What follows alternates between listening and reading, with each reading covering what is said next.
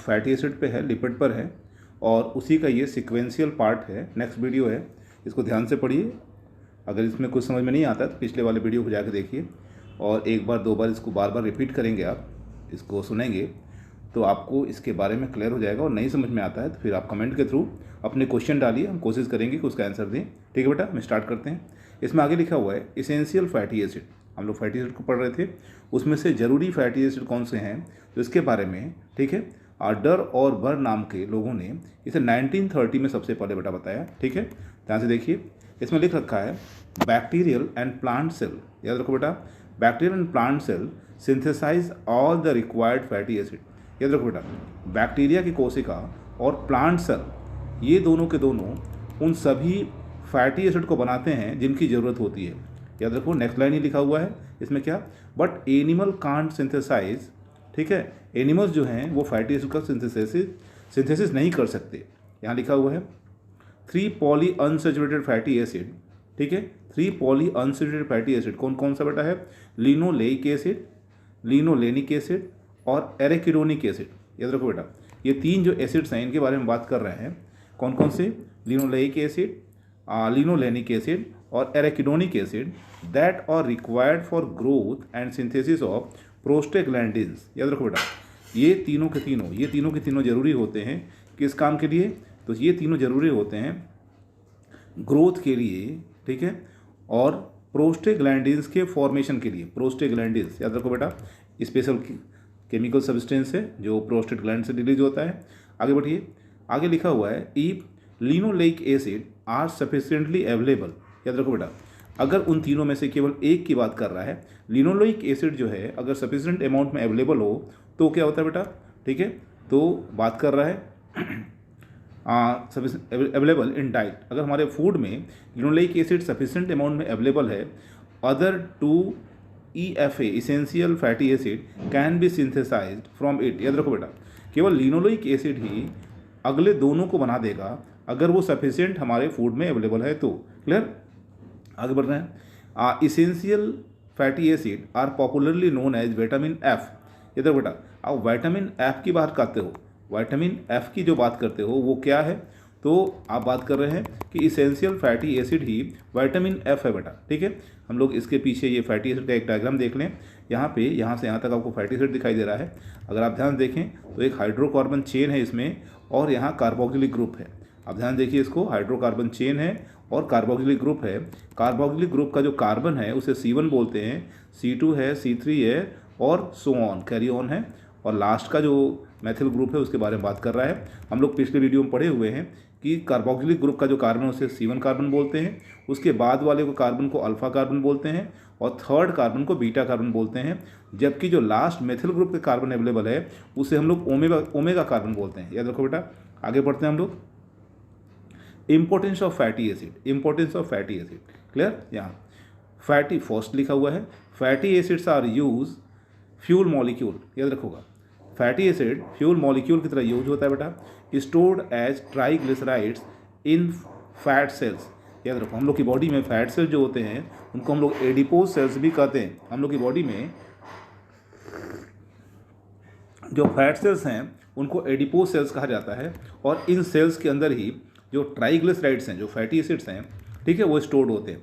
Under the influence of hormone adrenaline, याद रखो बेटा, under the influence of hormone adrenaline adipose cell hydrolyze the triglycerides into free fatty acid are release into the blood. याद रखो बेटा, ये जो hormone के बारे में बात कर रहा है, एड्रेनलिन के बारे में, जो किससे रिलीज होता है, तो हम लोग के पास जो एड्रेनल ग्लैंड है वो रिलीज करता है, और इनके इन्फ्लुएंस में एडिपोज सेल्स का क्या काम है, वो हाइड्रोलाइज करवा दे रहे हैं किसको, ट्राइग्लिसराइड्स को। जब ट्राइग्लिसराइड्स हाइड्रोलाइज होगा तो आपको मालूम है कि ट्राइग्लिसराइड डाइजेस्ट होने के बाद फैटी एसिड और ग्लिसरॉल में कन्वर्ट हो जाता है, तो fatty acid, free fatty acid release हो जाएगा, हो गया, इनटू द ब्लड, ब्लड में फ्री फैटी एसिड मिल जाएगा।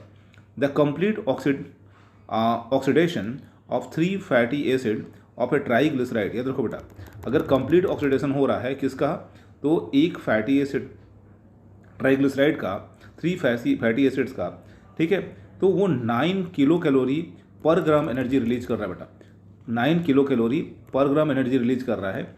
इन कॉन्ट्रास्ट ऑफ, अगर इसका तुलना किया जाए कार्बोहाइड्रेट से और प्रोटीन से, याद रखो बेटा, कार्बोहाइड्रेट और प्रोटीन से अगर कंपैरिजन किया जाए तो क्या मिलता है, कार्बोहाइड्रेट और प्रोटीन पर ग्राम जो है वो कितना रिलीज कर रहा है, केवल 4 किलो कैलोरी एनर्जी रिलीज कर रहा है।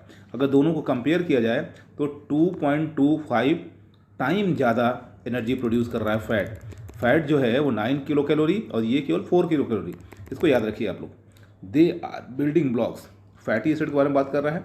They are building blocks of phospholipids, आप जान रहे हो फॉस्फोलिपिड्स को सेल मेम्ब्रेन के फॉर्मेशन में यूज होता है, और भी चीज़ें होती हैं, glycolipids, lipoproteins are found in biological membrane. जो आप लोग सेल मेम्ब्रेन पढ़े हुए हो, वो सेल मेम्ब्रेन में फैटी एसिड बिल्डिंग ब्लॉक की तरह काम कर रहा है बेटा। किस तरह से, तो फॉस्फोलिपिड के फॉर्म में पाया जाता है, ग्लाइकोलिपिड्स के फॉर्म में पाया जाता है, और लाइपोप्रोटीन के फॉर्म में पाया जाता है। याद रखिए बेटा। अगला है आइकोसाइनोइड्स, इसके बारे में बात करें। आइकोसाइनोइड्स, इसे हम लोग प्रोस्टेग्लैंडिन्स या क्या लिखा है, थ्रोम्बोक्सिन्स एंड ल्यूकोट्राइन्स, आगे बढ़ रहे हैं। Are polyunsaturated fatty acid. Eicosanoids जो हैं वो पॉलीसेचुरेटेड फैटी एसिड बेटा which serve as hormone. Eicosanoid hormone की तरह काम करता है, हार्मोन होता ही है, ठीक है। जब आप हार्मोन के केमिकल नेचर को पढ़ोगे तो आइकोसाइनाइड्स उसमें चौथा ग्रुप है। अगला है fatty acid derivatives act as intracellular messenger. याद रखो बेटा, फैटी एसिड जो है या फैटी एसिड से बने हुए जो मॉलिक्यूल्स हैं वो क्या कर रहे हैं, तो इंट्रासेलुलर मैसेंजर की तरह काम कर रहे हैं, यानी सेल के अंदर एक जगह से मैसेज दूसरी जगह वो ट्रांसमिट कर रहे हैं। याद रखो बेटा, आगे पढ़ो। एग्जाम्पल दिया हुआ है IP3, इसका पूरा नाम क्या हो जा रहा है, इनोसिटॉल 145 ट्राइफॉस्फेट, इनोसिटॉल 145 ट्राइफॉस्फेट, या इसी का नाम दिया हुआ है डैग, ठीक है। आगे बढ़ना बेटा। Deficiency of essential fatty acid, अगर हमारी बॉडी में इसेंशियल फैटी एसिड की कमी हो जाए तो क्या होगा, ठीक है। इन ह्यूमन डाइट, ठीक है, अगर ह्यूमन डाइट में इसकी कमी हो जाए तो वो बांझपन पैदा कर देता है बेटा, स्टेरिलिटी पैदा कर देता है, और किडनी फेल्योर के भी सिम्टम देखने को मिलते हैं। स्किन लेशन, त्वचा पे चकत्ते दिखाई देते हैं, लाइक फ्रेनोड्रोमा, और हार्ड स्किन, याद रखो बेटा, स्किन कड़ी हो जाती है, एक्जिमा जैसे डिजीज भी दिखाई देते हैं, स्किन डिजीज हैं ये सब। आगे लिखा हुआ है provide the inside many diseases, ये लिखो बेटा, इसकी वजह से ढेर सारे और भी रोग होते हैं, जैसे मोटापा, ओबेसिटी और एथेरोस्क्लेरोसिस, ठीक है। ऐसे रोग उस व्यक्ति को हो जाएंगे जिसके शरीर में अगर डिफिशियंसी हो जाता है इसेंशियल फैटी एसिड का, तो ठीक है बेटा। आगे हम लोग बढ़ रहे हैं।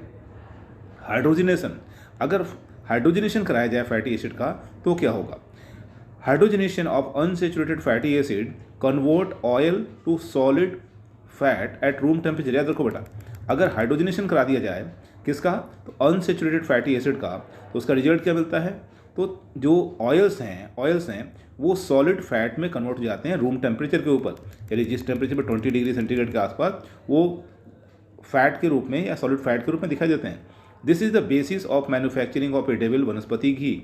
इस तरीके से हम लोग वनस्पति घी का निर्माण करते हैं। आगे बढ़े बेटा। From इनएडिबल and chief cotton seeds oil, याद रखो, जो गॉसिपियम होता है, जो कॉटन बॉल होता है, कपास का जो बीज होता है, जो जिसे हम खा नहीं सकते, उसके बीज से इस तरह के वनस्पति घी का निर्माण किया जाता है। नेक्स्ट टॉपिक है बेटा फिजिशियन रिकमेंड। आगे बेटा, physician recommended taking PUFA to those having high blood cholesterol और कार्डियोवैस्कुलर डिजीज। जो डॉक्टर्स हैं, फिजिशियंस हैं, वो रिकमेंड करते हैं ऐसे फैटी एसिड को डाइट में लेने के लिए उन लोगों को जिन्हें कोलेस्ट्रॉल का प्रॉब्लम हो या फिर कार्डियोवैस्कुलर डिजीज हो, हृदय से संबंधित कोई रोग हो। इसके अलावा नेक्स्ट और लास्ट टॉपिक है इसका, the cleaning action of soap is due to reduction surface tension of water by fatty acid. याद रखो बेटा, अगर कोई चीज़ साफ़ करना होता है आपको, जो एक गुण है सफाई का गुण, जो साबुन में दिखाई देता है आपको, वो इसलिए हो पाता है क्योंकि फैटी एसिड जो होता है वो पानी के सरफेस टेंशन को कम कर देता है बेटा, पानी के सरफेस टेंशन को कम कर देता है। फैटी एसिड पे या फैट पे, लिपिड पे अगला वीडियो आप इसके बाद देख सकते हैं, जो आगे मैं अपलोड कर दूंगा, ठीक है। और अगर ये समझ में नहीं आया तो पिछले वीडियो को भी देखें और इसे भी देखें, और उसके बाद भी अगर समझ में नहीं आ रहा है तो आप कमेंट के थ्रू अपने क्वेश्चंस को पूछें।